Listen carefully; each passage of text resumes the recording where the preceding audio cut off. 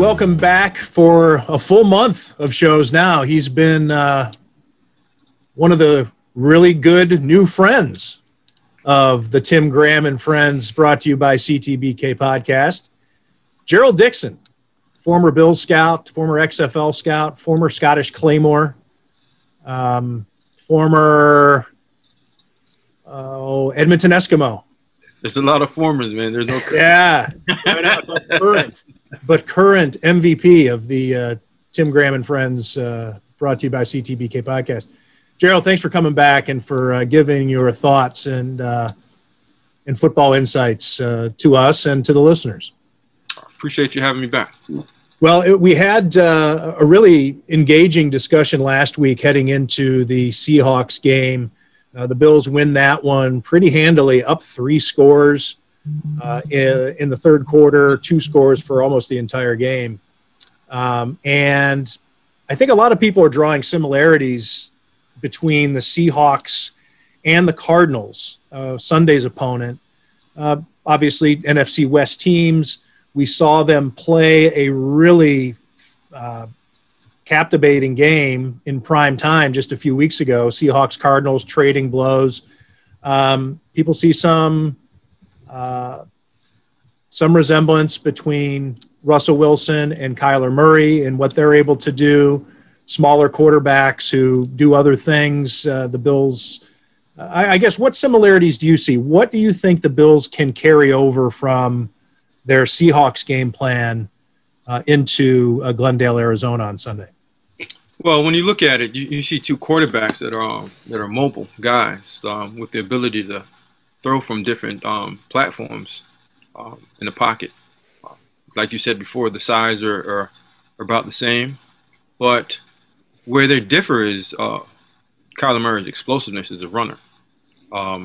Russell's a good runner. Kyler's an elite runner with the ability to score with the ball in his hands every time that he runs with the ball. And both of those guys are capable passers in the short, intermediate, and the deep throws.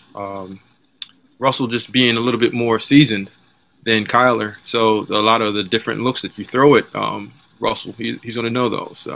Kyler's going to struggle a little bit more, but you saw last week with 16 hits on the quarterback, Coach Frazier did a pretty good job of coming up with a game plan to get Russell off of his game. Gerald, what do you think of the scheme that the Cardinals are running?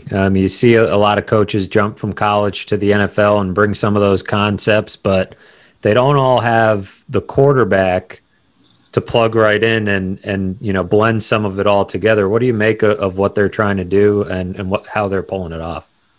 Well, I've always thought about the game evolving and the college game coming into the NFL. And I know a lot of guys are coordinators or gurus in the NFL for a long period of time. But when you are playing that style of football from Pop Warner all the way through high school, college, and in the NFL, it's only a matter of time when you get that open space play where you stretch the field horizontally and vertically with the concepts of your RPOs, your run play action passes coming off of those, right? And when you have a guy like Kyler Murray that's been running it at such a high and efficient rate since high school and college, it only proves when you get him in the NFL and he's still running the same offense that he's going to be that much effective over a period of time. And I think with the head coach's offensive mindset and he's getting his pieces in there, you just see this offense really taking off and giving defenses a lot of issues of defending it. Who do you think it puts the most stress on the Bills defense? Some of these, I guess, what are some of the things we should be looking for us football novices that don't have the trained eye? And who do you think is going to be put under the most pressure by some of the concepts that Kingsbury likes to run? Well, I'm always going to say the underneath the coverage guys, your linebackers in space, right? Because those are the guys that get stretched out the most. And typical defensive game plan, you'll say, okay, good, the play action is going to get them sometimes. But now the play action is really behind their ears when they step up into the pocket. And not only do they have to defend the pass, they also have to defend the quarterback as a runner and also be responsible for their run gaps. So now you're putting those guys in a compromising position, right? Am I going to step up and play my run gap and have my correct reads? It is a false read. And the second that I take a step forward and it is a false read, that ball comes right off my ear into a receiver's hands, and he's running downhill at your safeties.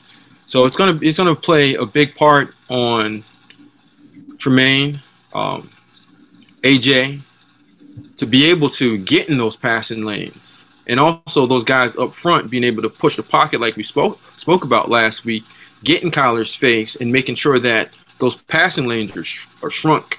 They're smaller passing lanes. Those aren't those big open windows like he's seen in the last few weeks. So to devise against a game plan to be truly effective, it's the same concept of those guys up front getting into his lap, the guys off the edges making sure they put a cup on that pocket, and your linebackers getting in those passing windows using their eyes and also having the feel of where those route concepts are coming from to be able to get in those passing windows and affect them. And when you have a long athlete like Tremaine Edmonds, that length now comes into play because he can put his arms out sideways, and that's a window. Stretches vertical, that's another window that he closes off. So that's going to be play a big part. And he's also going to have to make some plays in an open field against that quarterback. Gerald, let's stay on the linebackers for a minute here, because we've all been critical, and rightfully so, of Tremaine Edmonds and AJ Klein throughout the season. They both had phenomenal games on Sunday against Russell Wilson. Big hits, takeaways, tackles for losses, all over the field. The type of play that you expected to see from Tremaine Edmonds this year, and the type of play that I think in your wildest dreams you never thought you were going to get out of AJ Klein, let alone compared to how shaky he had been.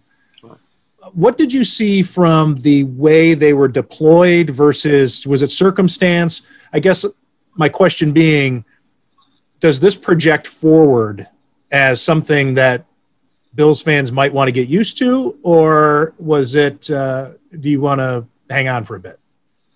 Well, I mean, I don't know if you're going to have that type of game from AJ Klein every week, right? Being the defensive player. Yeah. But Tremaine Edmonds, what I saw was less thinking, and he was able just to cut it loose and get downhill. The things that we talked about last week, finding those gaps and shooting them, being up at the line of scrimmage where you now take out reading and keying and making him play faster as just seeing it and getting downhill. And I thought once he cut it loose last week, you saw him make more plays than sitting back at 5 or 7 yards trying to read it out and then getting downhill while an offensive lineman or a blocker's on him. How much does that stem from being up early and by a couple of scores, that they were able just to play a different style? Do you think if it's a tighter game that we see something totally different, or how does that change the complexion of the way that Bills defense was able to attack? Well, I'm going to put it on when Leslie Frazier is a calming spirit on that defense. So when your leader is a calm person and he's always steadying that boat, regardless of what that score is, that defense is going to go off of what he is, steady, consistent. So regardless of the score of last week, I thought they just had a real good game plan to affect that Seattle offense that was ready for what they brought to the table last Sunday. Gerald, did you notice anything different in the way they used these linebackers, specifically Edmonds and Klein? It seemed at times like maybe we saw Klein in spots where he was able to make plays that he wasn't able to do in weeks prior. You know what? I just thought that they played their third down package very well. Well, they have those two linebackers in the A gaps, or at times you saw Tremaine outside lined up where Jerry was, and Jerry lined up in the A gap, more of a pressure look. That's maybe what I'm asking about. Was that a new wrinkle, or because I didn't notice that as much before? No, that's usually Sean and Leslie's third down package, that double A gap mug defense. They just went to it a lot more just because of what Seattle was doing, because again they were up and they had to pass the ball a little bit more than they typically do. So it's confusing because now your offensive line, they have to determine who's the rusher, who's coming, where are they sliding to, what side they're manning to. And you saw a few times they guessed wrong and slid away, and you saw A.J. Klein coming off the edge without Russell knowing that he's coming there. Big hit, fumble, turnover, and they got points out of it. So it's similar to what Vance Joseph does as well with the Arizona Cardinals moving forward. What expectations do you have for when the Bills have the ball against the Cardinals defense on Sunday? Well, I mean, like we've always said, you want to get Josh off to a quick start and a good start, but you have to mix it up for me a little bit more with the run game, just to make defenses a little bit more honest. And regardless of if you're handing the ball off or you're having a screenplay or something, but on first down, I believe you have to get 5 or more yards or be in that 4 to 5 yard range, and don't get into 3rd and 8 and 3rd and 7, because that's when the Arizona Cardinals defense truly ramps up and gives you that blitz package, pressure package that you now have to be uncomfortable because you don't know if it's zero, you don't know if they're coming in and dropping into a zone. But when it's 3rd and 3, 3rd and 4, you're now putting them behind the chains, and you dictate to them what you want to do. What do you think of the way that Josh Allen handled the blitz last week? Because this is another defense that will bring it, like you mentioned. If they get into those 3rd and longs, it's one of the most aggressive blitzing defenses in the NFL by the numbers. It seemed like it was one of Josh Allen's better games against the blitz. Was there anything that you saw last week that you think is translatable going forward? Well, knowing where to go with the ball early, right, helps you a lot with the blitz. And being able to pick it up and understanding where your protection's coming from helps you out a lot. And what I saw out of Josh Allen last week, I have not seen it out of him before, is the patience that he had in the pocket. That one throw that he held onto the ball for an extra second, you seen him almost throw it like a javelin throw across the middle. I mean, that's high-level football playing at the quarterback position, any way that you want to look at it. Before, he would have took off, spun around, guessed where it's coming from, but now you see a more seasoned quarterback that seems like he's spending more time with the game plan and understanding where the pressures are coming from, and knowing where his hots are and knowing where his comfort zone is. And when you have a Beasley, a Diggs, you got the 2 running backs that are good at picking up the pressure. Feliciano in there, I thought helped a lot because he brings a different attitude and a different level of leadership to that group. And you saw those guys pick that blitz up. I mean, he still got, Jaron Reed still had 2.5 sacks, but it wasn't a big issue like it was before. Slipped in an Alabama shout out there. Always. 7 sacks, though. You're right. It wasn't as if Josh was kept completely clean, but 2 quarterbacks in this game that are excellent at avoiding sacks. How much more of a challenge do you think Kyler Murray will be in that aspect than Russell Wilson? I know Russell is a great athlete. He can get outside the pocket, but we were talking earlier today. You said you think Kyler Murray is a top 3 quarterback in the NFL. I do.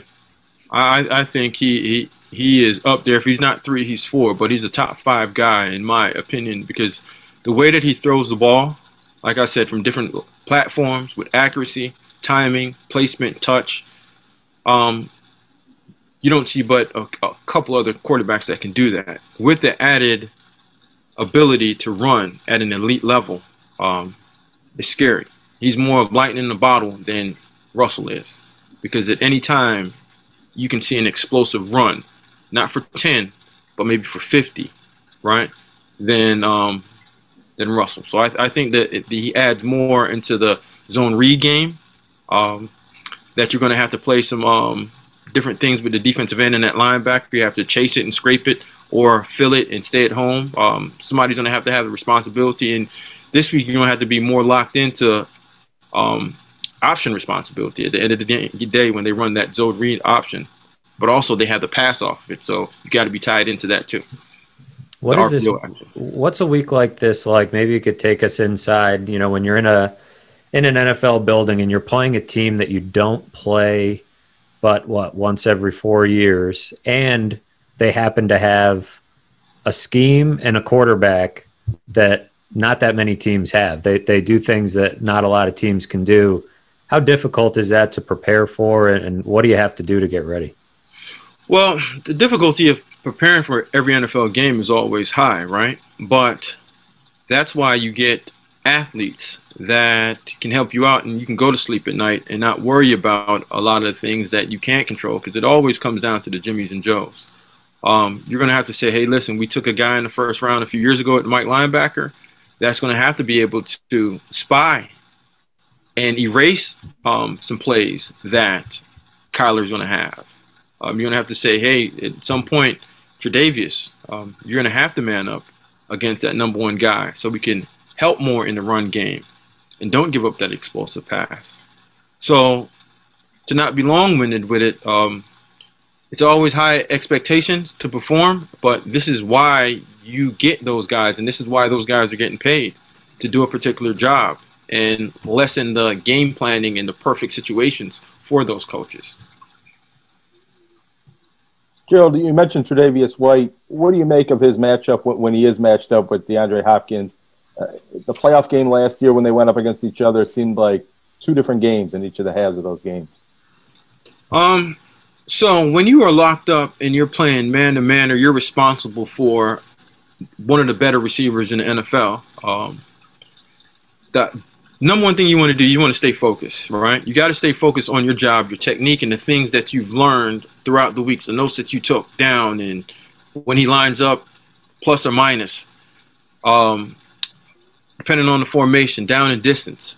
Those are the things that you got to play back in your head, and you can't lose your track and your understanding of what you're going to do in that particular defense. You can't have a busted coverage and have them score. So these are the games that you got to be locked in mentally.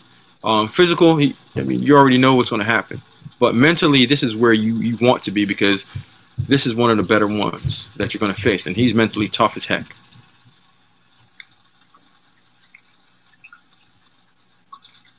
Sorry there. We had a lull. I was waiting for – I feel like I was cutting Jonah off so many times there. I didn't want to step on his follow-up question.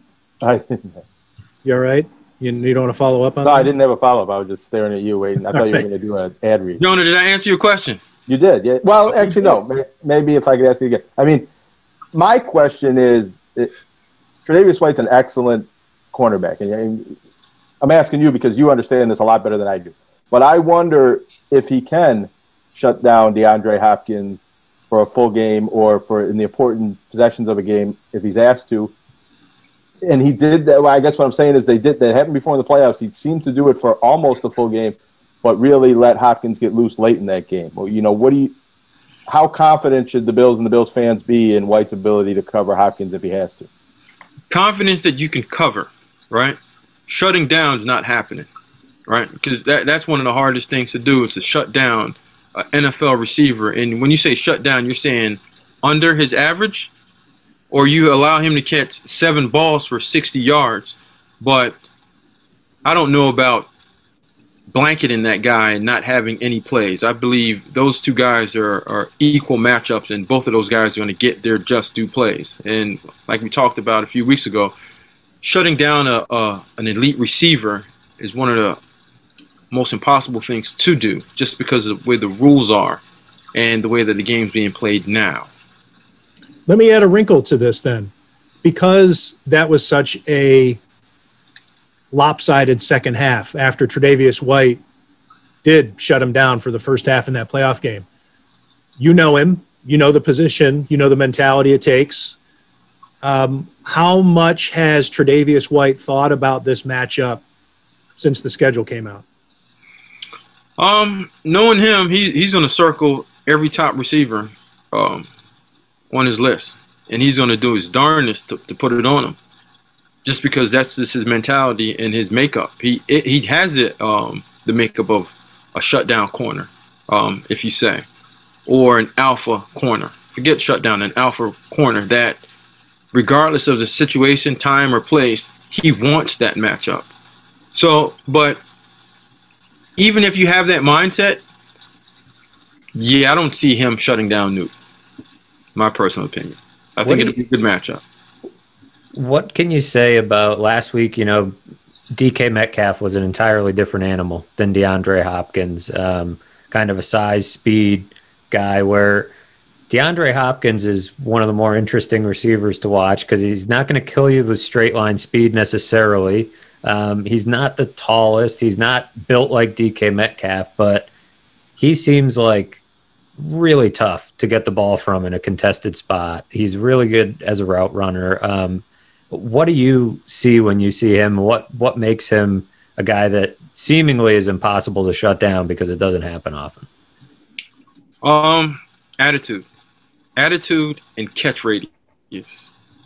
You throw it anywhere, he's going to go up and go get it. And his competitive nature does not allow you to go up and just take it from him. And he's not coming off the field. He knows that he's the best, and he wants that. And to me, you see a lot of receivers with more speed, more size, but heart, desire, and want to. Yeah, I don't see anybody else that's comparable to Nuke Hopkins. And that's where I think he separates himself from every other receiver in the NFL. I don't think he's the best because I think Julio Jones is the best, hands down. But close to, yeah, I'll take Nuke every day of the week just because of his attitude. Toughest Clemson player to come out of Clemson since Coach Sweeney's been there, without a doubt. Defense, offense, or whatever position you want. One more question about Sunday before we shift gears and talk about something with that I've been looking forward to talk to you about today. We're talking about these, you know, the matchup. We're talking about DeAndre Hopkins, rightfully so. We've talked about Kyler Murray. But as Matt said, you get to play these teams once every 4 years. This, right, you would have to guess, is the last time the Bills will play against Larry Fitzgerald.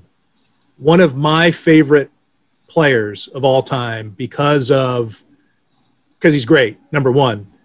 Number two, because he is such a good dude. And number three, because I think despite how great he is, he's still underrated. I think it's possible, yes, he's going to be in the Hall of Fame someday. I once had this discussion with somebody regarding Tony Gwynn. Tony Gwynn, obviously one of the all-time great hitters. Maybe you could argue top 5, top 3, maybe top 2. Ted Williams and Tony Gwynn, maybe. I mentioned one time, I think Tony Gwynn is underrated. I think it's possible to be a legend and underrated. And for me, Larry Fitzgerald fits that bill. So I don't want this discussion about the Cardinals offense to go without mentioning Larry Fitzgerald, who is old and yet clearly not playing out the string of his career. He's still a very good football player. I just wanted to get your thoughts, Gerald, on this guy. Well, the thing is, you got to look at Larry. You're going to say, whenever you throw the ball, it's going to be caught, right? Ball's not. I saw a stat. He hasn't had a drop in like 4 years or something. Right. Like that. Steady professional that understands where he is right now in his career. And unlike most older guys, you don't see him try to, best way to put this, not allow the young guys to get their just due. Because a lot of the older guys will, you know, just because of where they've been and where they are in the organization, will try to say, okay, Nuke, even if you came over, you're still not the number one guy. And Christian Kirk, you're not going to develop into the player that you can be. And I think Larry's one of the better leaders in the NFL that teaches the game and understands his responsibility as an older player to push forward younger players to that level where they should be. A la what he did for Andre Roberts. Andre talks about it all the time, about how Larry helped his career on and off the field as a professional. So I don't, like you said, it's underrated just because of the professional that he is, the leader that he is, but his skill set and his playing ability, everyone knows about it. It's just he doesn't run around and pump his chest up or spike the ball and do a dance after every single touchdown. Only 33 catches for 261 yards. No touchdowns yet this year. but he's playing 75% of the offensive snaps. And, 75% of the snaps on a team that's doing as well as the Cardinals. He's obviously important, huge leader on that team. Walter Payton Man of the Year award in 2016, and will be in the Hall of Fame. He's like the Frank Gore of wide receivers. He's still being productive, and everybody wants to put him out, but you can't. I mean, you cut the film on, you're saying, "Wow, he's still playing well at a high level." Gerald, one of the things we wanted to get into today is the NFL and new policies that have put in place this week regarding minority development. And we'll get into it, but I guess to set the table, let me explain to the listeners who maybe have heard that this is happening or whatever. Let's just set it up. So the NFL, which earlier this year enhanced the Rooney Rule, which guarantees that minorities are interviewed for head coaching and general manager vacancies historically, enhanced the Rooney Rule this year to include now 2 minorities must be interviewed for every head coaching and general manager vacancy, and at least 1 minority for every coordinator vacancy. And then this week, the NFL added a system, I guess, for lack of a better word, in which if a minority from your organization, whether it be an assistant coach or an executive, gets hired by another team to be its head coach or general manager, that team that lost the minority will receive a 3rd-round compensatory pick. If that team were to lose 2 minorities in a given offseason for those types of jobs, you get 3 third-round compensatory picks. So the theory being that if you cultivate minorities within your organization and lose them, you will be rewarded. So there is a carrot to be dangled for giving opportunity to minorities. That is very much a surface take on this. And the reason I want that I set it up this way is now let's go beneath the surface and take a look at it. Gerald, as a minority who has been in front offices, not only in the NFL, but the XFL, college football, you've been around. What is your what's your response or your reaction to this new system? I mean, you have to take your hat off to the NFL and say they're trying to do their best job of allowing minorities to have an equal playing surface, so to say. But to incentivize opportunities that you should get regardless of who you are, I mean, the thing that you're doing is you're trying to become the best at your profession. If you're in the front office, you're trying to get to the general manager. If you're an assistant coach, you're trying to be a head coach. And the thought of saying that a particular organization is developing a minority, to me, I look at it as saying, how do you know what is being done within that building?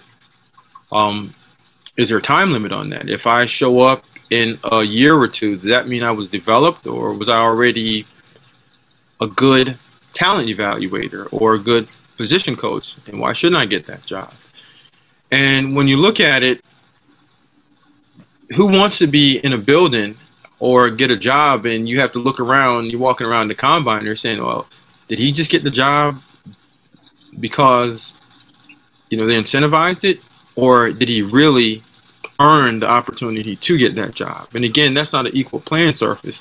And is that an executive walking around wearing that? And I'm just pulling a team out. I'm not sure. Is that an executive walking around wearing that Rams logo? Or is that the Rams cultivating a 3rd-round pick? Correct. So you look at it and say, is it a fair playing field? And I'm going to say no. Until we get it to where the best person is hired, regardless of the color of their skin, it's not going to be an equal factor moving forward. Gerald, one of the things that I've thought is very important for this Well, wait, let me open it up to Jonah and Matthew before I don't want to change the subject too much.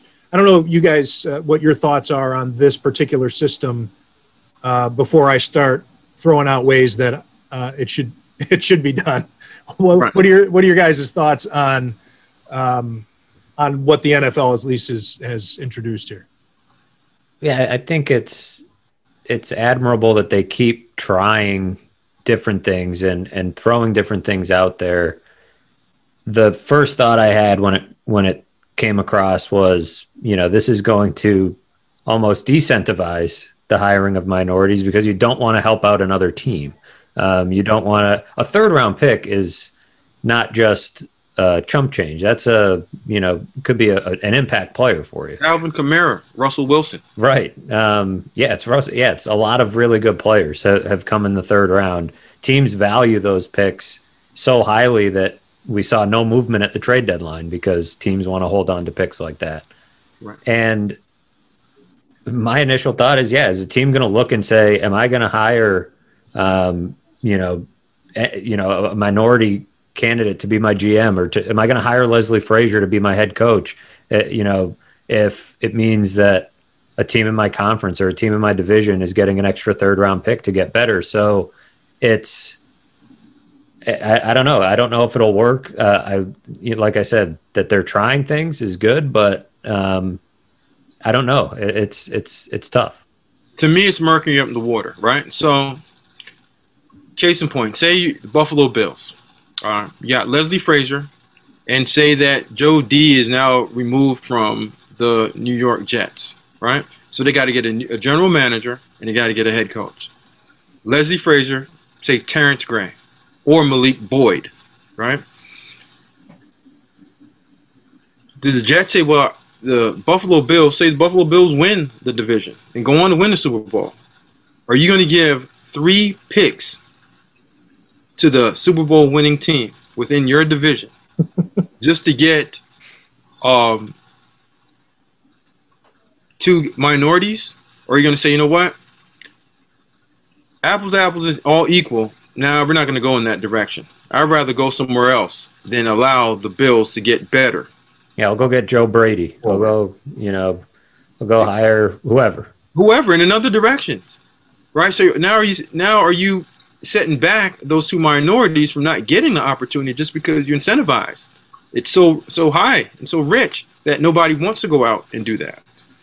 Well, and again, on the other side, everyone's going to say, well, we're going to get our right guy, we're going to get our head coach, but at the end of the day, until you're behind those glasses and you are the minority that's looking through those glasses, you're not going to feel that particular way until it happens to you.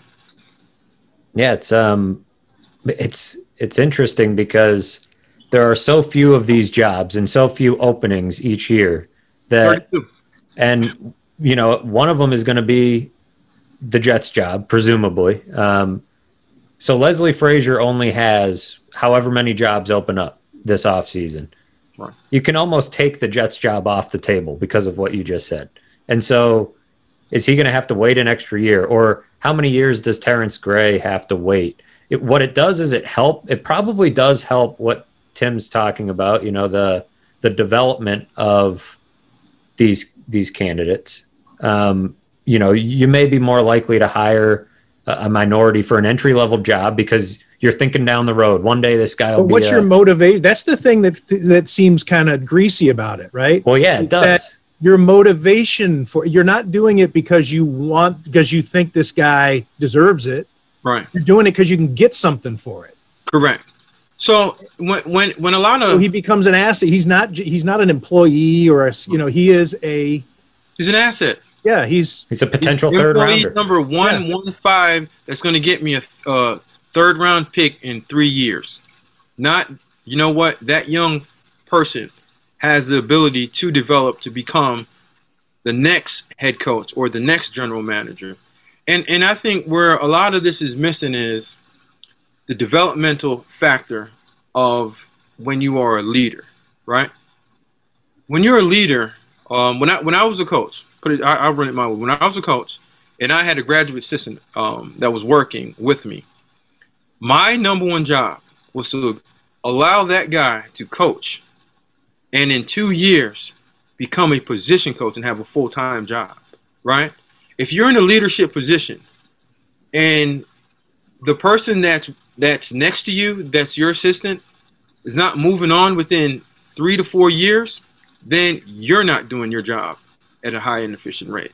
So regardless of what we're talking about with developmental aspect, you should want to develop regardless of what it is. But now that we're talking about minorities, we got to do a better job of that. Here's another element, Gerald, because you mentioned it there, and because I'm sorry, I shouldn't interrupt, but I get excited because this is it's a pet peeve of mine. All of us, we talk about it all the time. I don't know that I've ever spoken to you specifically about it, Gerald, but us three have, and I'm guessing you've have. This, we're already seeing it. I saw tweets today about a matchup tonight featuring all these great young coaches that are going to be up for jobs next year. Right. This media machine that comes out because they have so many friends who are agents, and it's now time to start helping out my buddy who's an agent who represents coaches and represents these executives. So I'm going to start floating. Maybe shares an agent sometimes. Maybe shares an agent sometimes. That happens too. I mean, there are some of these national lists that come out. Here's the next hot coach. Doug Marrone out of nowhere. Right. All of a sudden, it's like, who the what? Doug Marrone. Look at the agency that's backing those coaches. Exactly. Guys like Jimmy Sexton. We got, Bob Lamont. You got all these agents who manipulate and move their guys around, and they do it through media. Right. So all right. So that's my setup, my windup. So then the pitch is this. What's to say that we have teams developing, this is a bad phrase to use, a dummy candidate, a guy. Here's a guy I'm going to start developing. I got a black guy in my office. He is going to be my hot scout. Right. And he does nothing, or we don't give him anything to do, except when it comes time for me to slip his name to a reporter or to get his name in a column or to get his name mentioned on ESPN or what have you, or in a tweet, and he starts getting some buzz, because that buzz then becomes a third-round pick that I got for nothing for this guy who was going to sit in my office and rot, and he ends up going off to some team, and it doesn't do him any favors because now he's not ready for the job. Doesn't do us, minorities, justice in terms of development and understanding what to do, when to do it, and how to do it in an efficient way. Because so many of these coaches are propped up anyway. It's all based on, it's a belief. Like, well, this is the next hot coach because I'm told and owners do that. And they get wowed by a guy, and it's like, well, his name's been out there in the media for 3 months as the next guy. Oh, this guy was Sean McVay's drinking buddy in college. He must have the secret sauce. Yeah.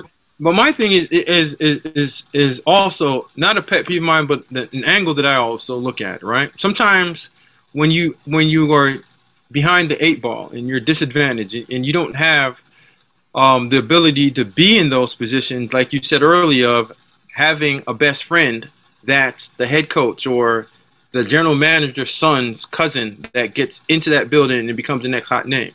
So now you are a minority and you are a general manager or you are a head coach.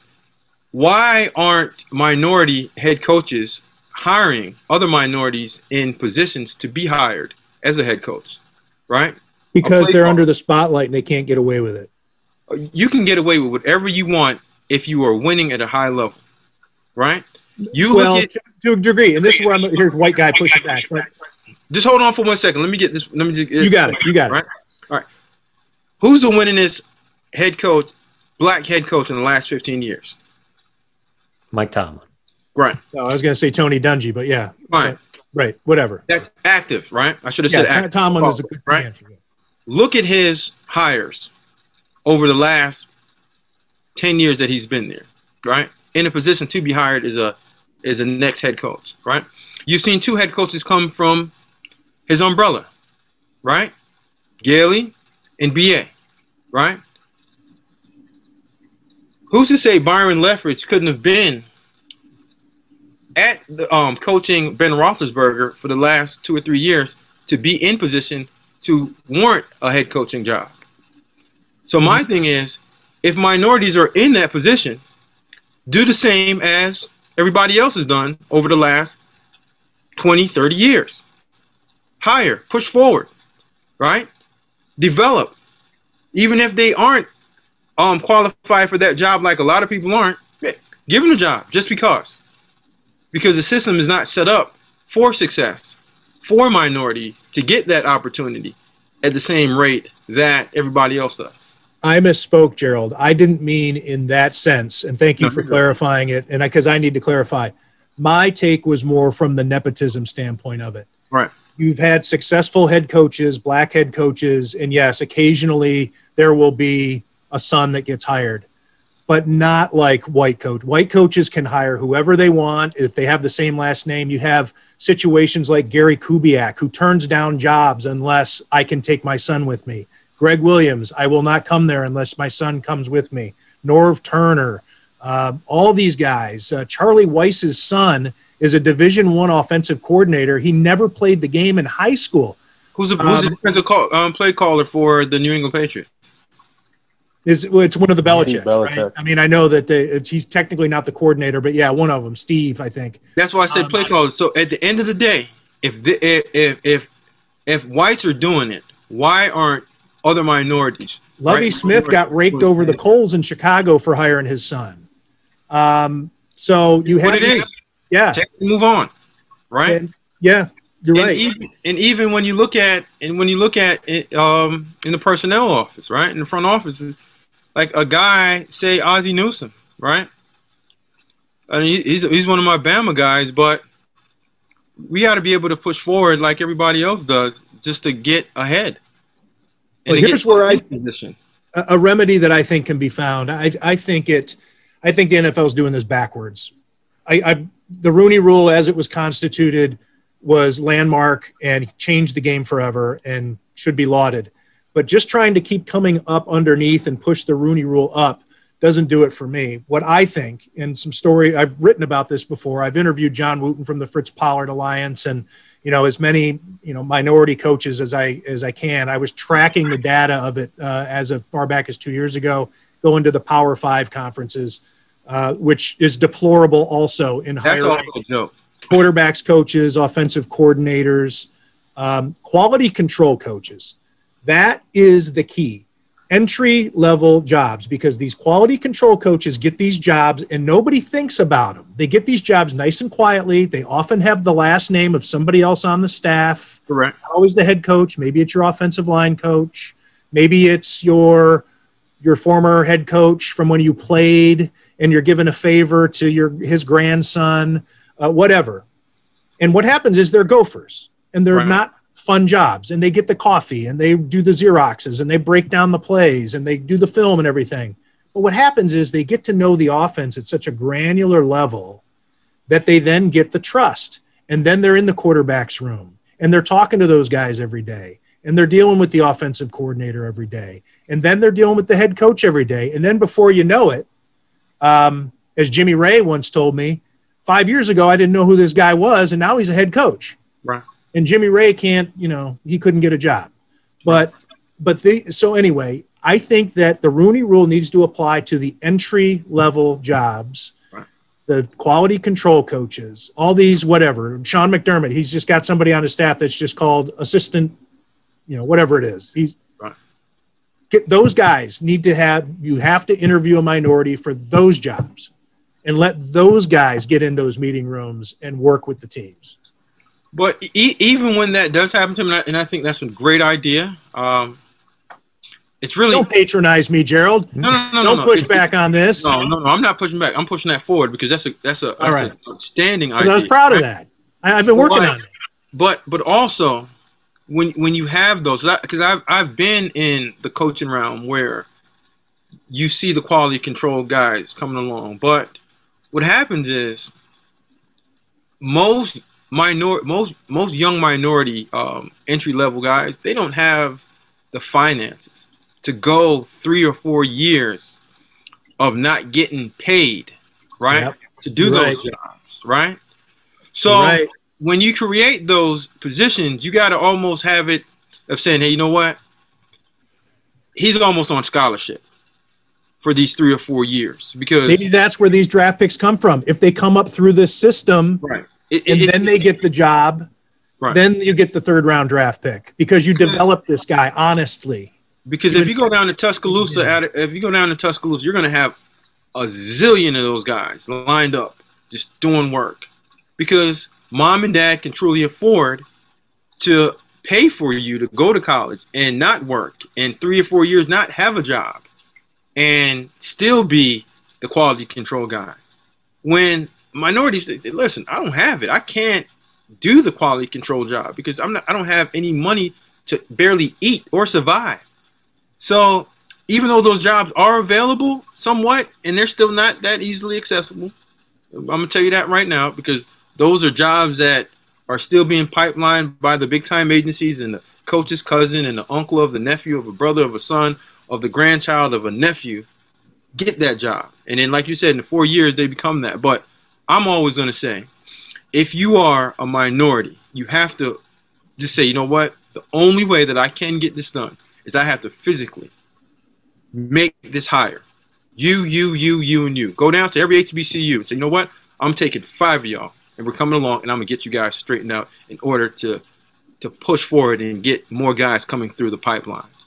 I just want to leave, before I let other people talk, and I'm sorry, Jonah, that we've been steamrolling you here, but just real quick, a stat from my research. Heading into last season, when I did a story on the lack of minority offensive coaches, heading into last season, there were 30 quarterbacks coaches because John Gruden and Kyle Shanahan handle those jobs as head coaches.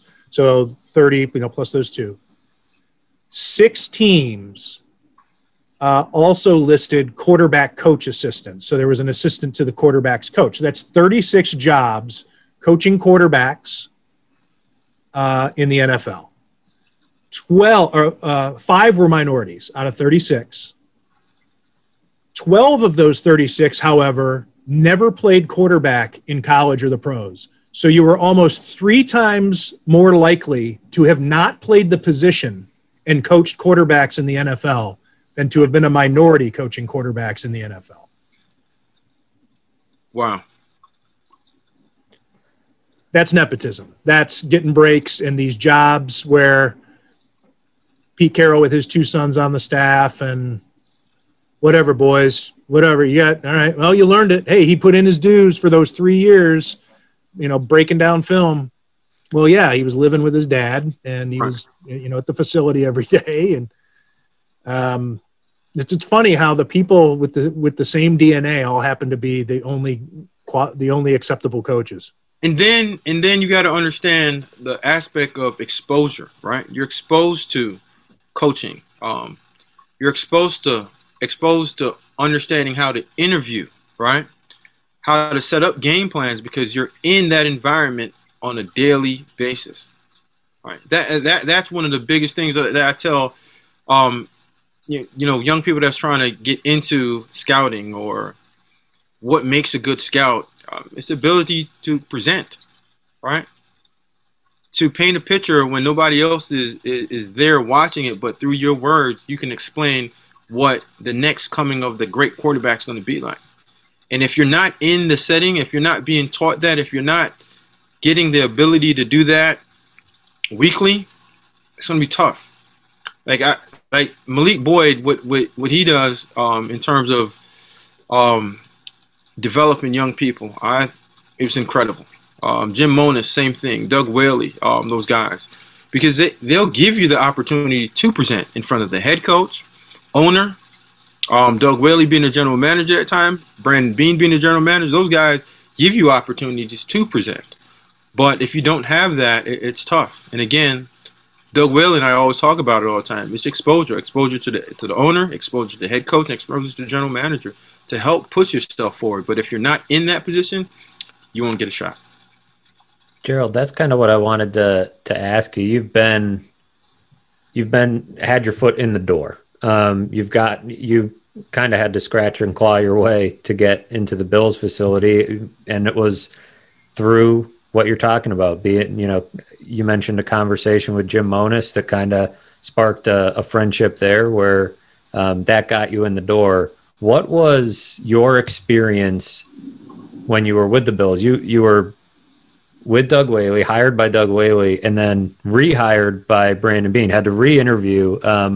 I guess the experience of hanging around and getting in the door, but then what you're talking about, the development aspect of it, because it's also you had to make that move to the XFL to break that glass ceiling a little bit. Right. Like I said, I thought I got as much as I could out of my experience, and I had to get developed in a leadership role where it wasn't a solo act, but create that situation for myself. From my background, the way that my dad raised me, I'm Jamaican. The way that we came up, it's you got to push yourself forward. You can wait as long as you want to, but when you see certain moves happening and you aren't being pushed forward, and I don't mean by title, I mean by responsibility and moving forward, then you have to make your own way and see your own way out of the dark, so to say. And that's what I try to do for myself, and that's what I would explain to any young person that's trying to get ahead. You got to push yourself forward and give yourself every opportunity to be great and get those responsibilities, because if you're not getting those responsibilities, I don't know how far or how much you can grow within your profession. And if you truly want to be one of the better ones and you're truly a competitor, you want to grow. And growth is the number one thing that you're trying to do and become.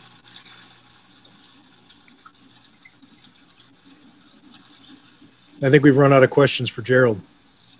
All good. I don't want to change the subject because I don't want to misspeak by saying I love the topic that we just talked about, because I think it's a sad topic that we have to discuss it the way we do.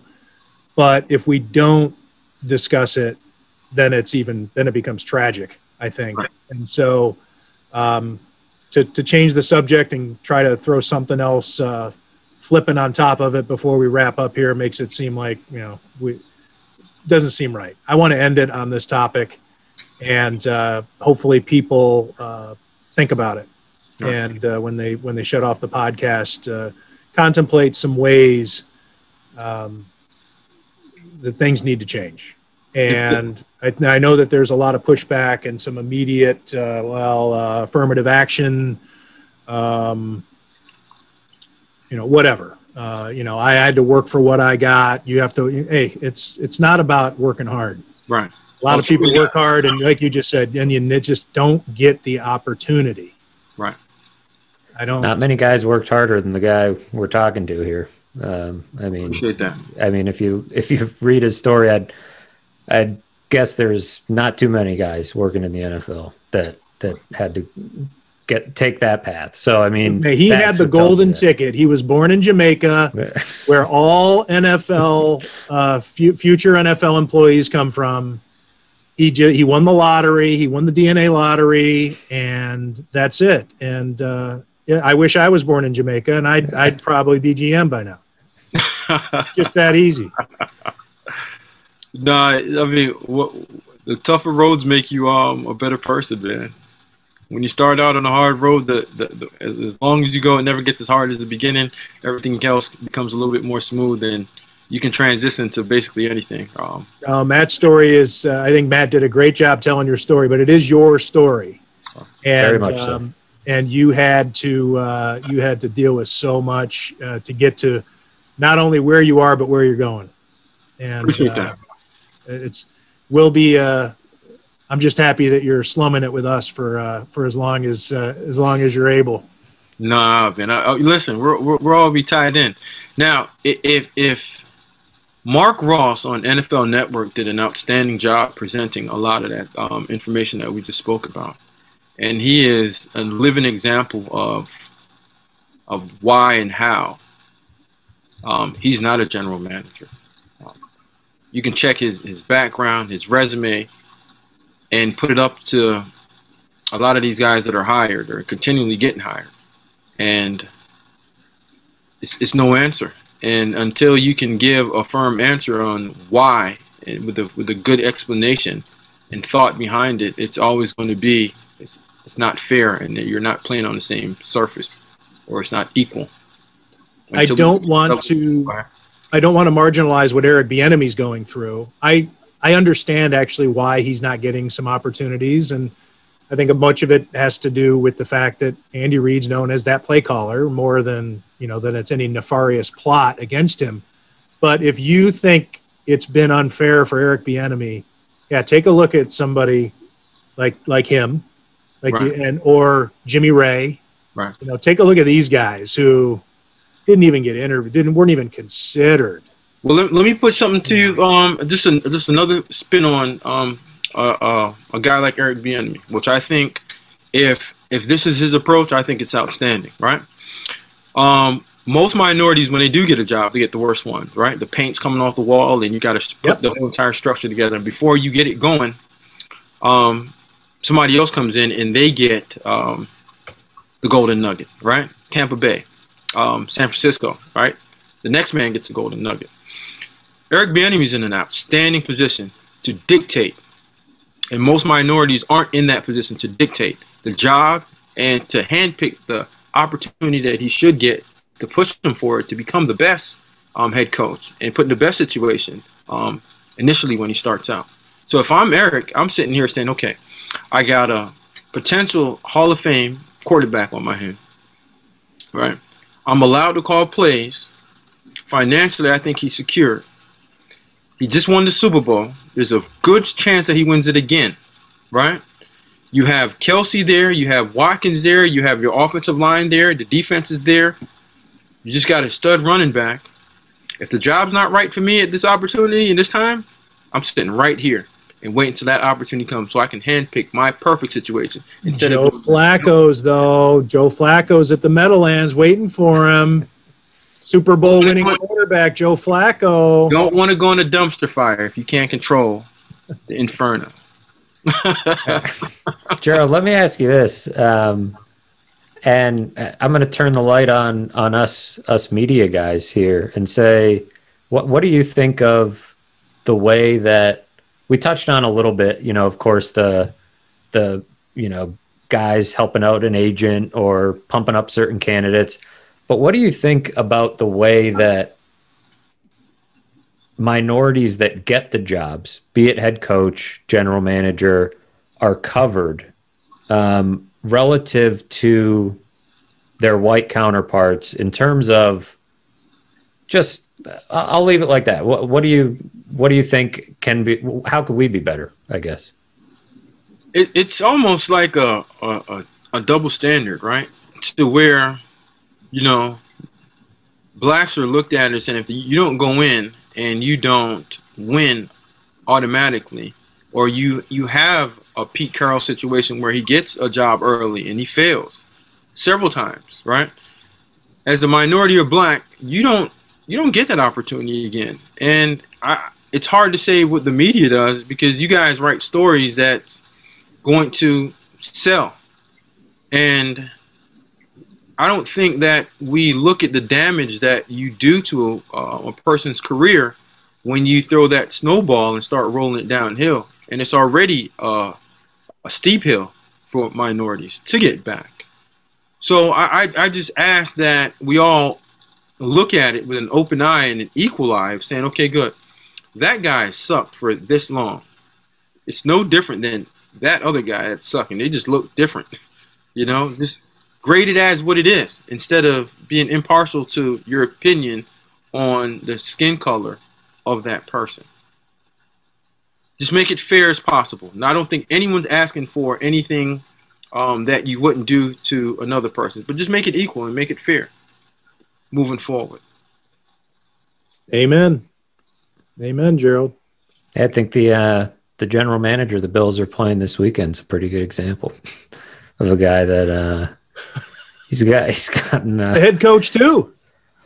Well, yeah, the head coach, but the head coach has, average head coach in college, never really won anything, and it's a timely conversation. The general manager, the head coach kept failing upwards.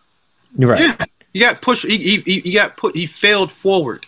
Yeah, and right? and Steve Keim, I'll say his name. He's gotten in some trouble away from the office. He's gotten a few cracks at drafting quarterbacks in the top 10. And it's, I think you think about, some of that. You think about the way, even Anthony Lynn is in his first year with a rookie quarterback, and people are already piling on him. And that quarterback's doing outstanding. And he's having a great year. Yeah. So I think what's the issue for me? Like, right. You have a young quarterback. You've had guys hurt all year, and I'm an A-Lin guy, right? Friend, but I'm speaking and being honest, right? You take a young quarterback that a lot of people said was not ready, and every obstacle against him, right? You hire Pep Hamilton, right? And I'm not giving him Pep a buzz. I've known Pep for a long time, since I was 17 years old, right? We worked together in the XFL. But when I spoke to A-Lin, I said, great teacher of young people. Easiest hire you can possibly have, right? But he gets Justin, and he's doing an outstanding job with Justin. Why isn't Pep Hamilton the next hot name? Why isn't he the guy that everyone's talking about, of saying, wow, he's a quarterback developer? That's what Cliff Kingsbury is supposed to be, a quarterback developer. And he fails forward, right? All Pep Hamilton has ever done is develop Andrew Luck, and now you got Justin Herbert. And when he was in the XFL, #1 team in the East. Theoretically. Huh? Theoretically. No, fact. We did that. Fact. So now you gotta push back every time you brag. I gotta. You come in here and you're a homer. No, I try to speak. You're the worst homer ever, and I just need to check. I feel it's a visceral. I just have to check it. I just have to say, look, man, think about it just for a second before you start saying these things. No, it's the truth. So why isn't Pep Hamilton and Anthony Lynn being like, wow, they're doing a solid job out there? The losses, So I do think they're doing a great job, and I think it would be absurd if they were to get rid of Anthony Lynn. But I mean, the losses just keep mounting, and that's with a rookie quarterback. Like, yeah, I know. I mean, you're just saying why. I mean, what's Cincinnati's record? Yeah, but Cincinnati is supposed to be bad, right? Yeah, but the point stands.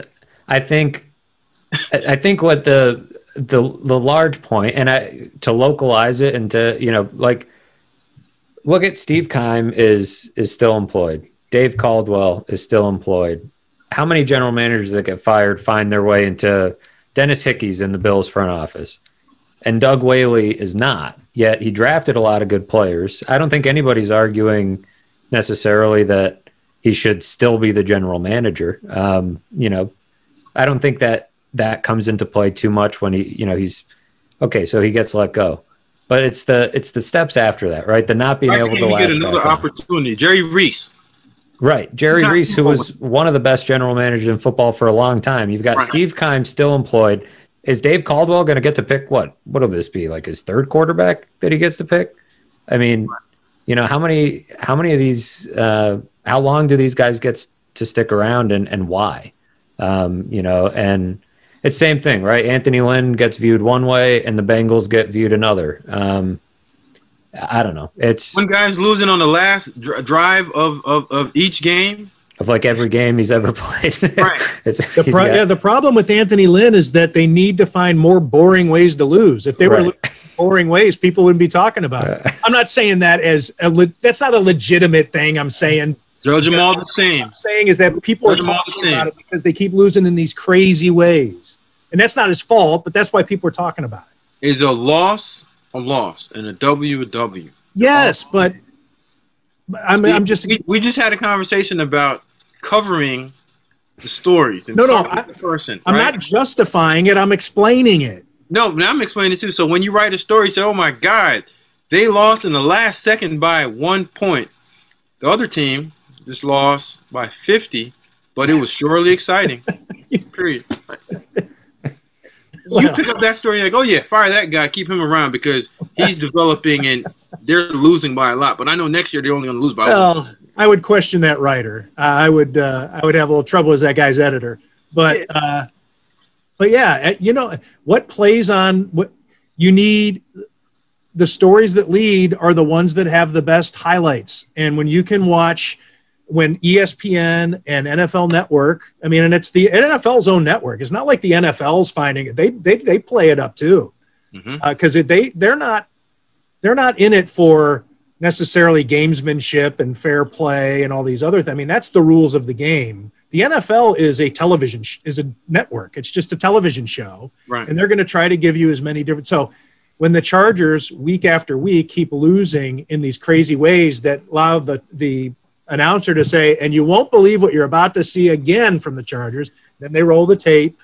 And if the Chargers had lost by, 10 points and they trailed throughout the entire fourth quarter by 13 or 14, then their highlights aren't even shown probably. And people aren't even talking about Anthony Lynn. I mean, it's unfortunate. That's the thing that's unfortunate. You're right, but it's how. So let me ask you a question right now. If you had to give a Rookie of the Year award right now, today ended right now, who's your Rookie of the Year?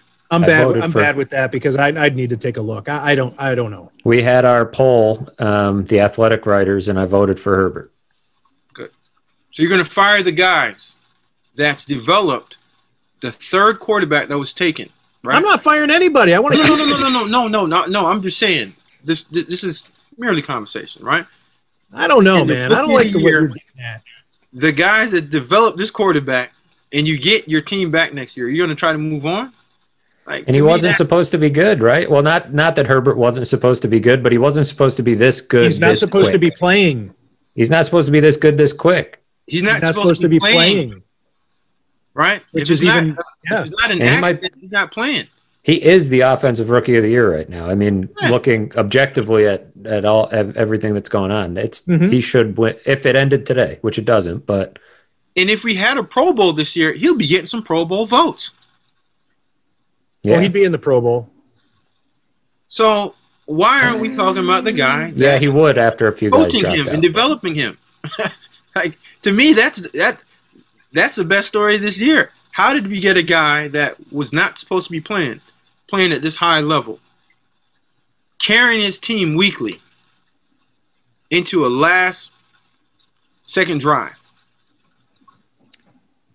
It's going to be a good conversation to have in a couple weeks when the Chargers come to town. I'm guessing it's the offensive quality control coaches behind it. It's good conversation. And I want to see what that guy's last name is. I'm going to look it up. You guys talk. It's not Dixon. I don't want to leave anybody hang. I got to look up the Chargers coaching staff now. I know one of them. And I know what the last name is. Anthony Lynn does have his son on staff, right? But he's on the other side of the ball, I think. And the other thing too, Anthony Lynn's son has also been away from Anthony Lynn a lot. He was with the Texans, so they haven't always been together. He's actually gone to other teams. D. Lynn's a solid coach. He can coach. I was in the office with him. He can coach. But yeah, run through that list, all those assistants on that list, and tell me if there's any names that are familiar with anybody. Anthony Lynn's one of the Gus Bradley is the defensive coordinator. Mm-hmm. Shane's, I can never say his name. Steichen is the offensive coordinator. George Stewart, good old George Stewart, is the special teams coordinator. Mm-hmm. Offensive line, which is also where you rarely see minorities, but James Campen is the offensive line coach. Phil McGagan is the wide receivers coach. Mark Ridgely, running backs. Alfredo Roberts is the tight ends coach. Pep Hamilton, quarterbacks. Dan Shamash is the tight ends assistant tight ends. David Diaz Infante, assistant O-line coach. Oh, offensive quality control coach. Who's that? Let me just double check here. Check it twice. Tell me who it is.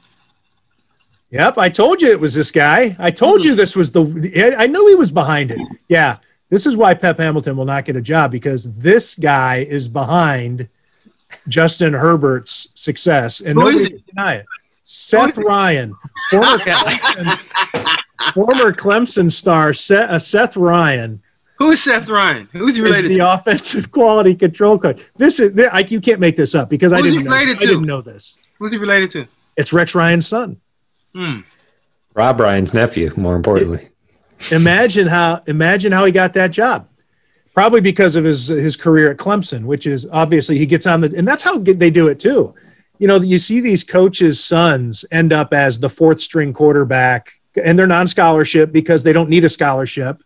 And so they end up getting to stay at a college for 4 years on a football team, learning offenses and learning whatever. And then they can say, I played quarterback at,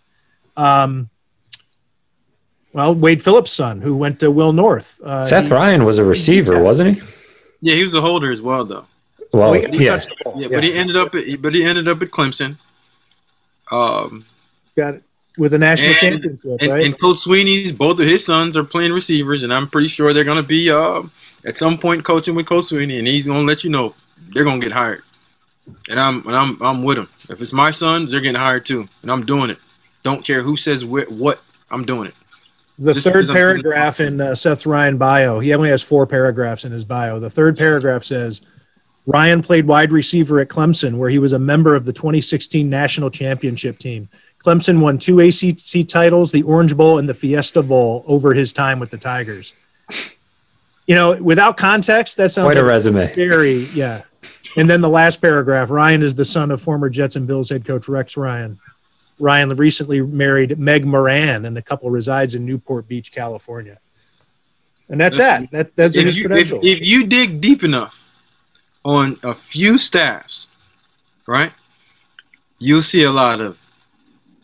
I did that for the story that I was quoting earlier. I mean, it's loaded with them. I just didn't know that we were talking about Herbert, and then I said I had no idea. I swear on my son's eyes that I had no idea that Seth Ryan, when I was just flippantly saying, it's got to be the quality control. Hey man, I just told you to dig. You found the dirt under your own nails. I didn't give you the shovel. I just told you the spot. Oh dear. Dig. And he'll be a head coach in no time. He'll be a coordinator. If you dig a little bit more in the NFL, you sit back and you'll say, "Whoa." You'll just say, "How?" So she's married to this. What? Oh, it's just a big family. Yeah, there's a lot of that. I mean, check out some other staff that's close to home. Seth Ryan was in the receivers room with Sammy Watkins. I'm sure he helped. I'm sure they made each other better. Keep Sammy out of this, man. And DeAndre Hopkins, right? I don't think he was there. Seth Ryan would have been there with DeAndre Hopkins? I don't think he was there with Nuke. I don't think so. Sammy and Mike, yes. All right, let's wrap this up before it gets even more absurd. I said we were going to stop on a heavy note, give people something to think about, and it actually does make it, because this adds the absurdity to it. So you think about, come on, how bad can it be? Maybe if you were rolling your eyes as you're talking to, or as you're listening to the podcast and thinking, these guys, these bleeding heart liberals, talking about how the minorities need more breaks, and then we circle back with Seth Ryan. Equal opportunity. I hear you. There you go. Yeah. I think a minority needs a Seth Ryan opportunity. It's easy. Hire your son. Just like they needed a Rex Ryan opportunity and a Rob Ryan opportunity. How did they start? Where did they start at? With who? How did they get the job? Buddy. Stop. Oh. Stop trying to insult us. Well, they just had a buddy.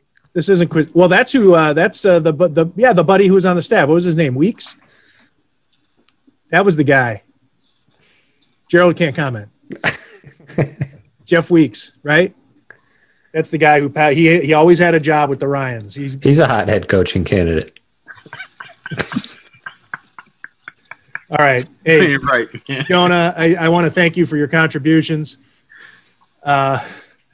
Jonah just had a front row seat for the podcast. Right. Jonah's having fun. I don't have to download it later. Gerald, thanks for this. Man, anytime, man. You're amazing with your insights. I enjoy it. I enjoy the back and forth, but mostly I enjoy the enlightenment. and feeling smarter when I hit the button on this record on the Zoom recording. I always feel smarter when I hit the stop button than when I hit the start button. So I just want I just want Trey, my son, to have a shot at being whatever he wants to be. And if I have to do it and push him forward, that's easily done. All right. It's all a dad, and every dad deserves that for their son. Every son deserves that, period. Do it for your own. I don't think anybody else will before you do. All right. We'll talk to you next week, Gerald. All right. Appreciate you. All right. Thank you.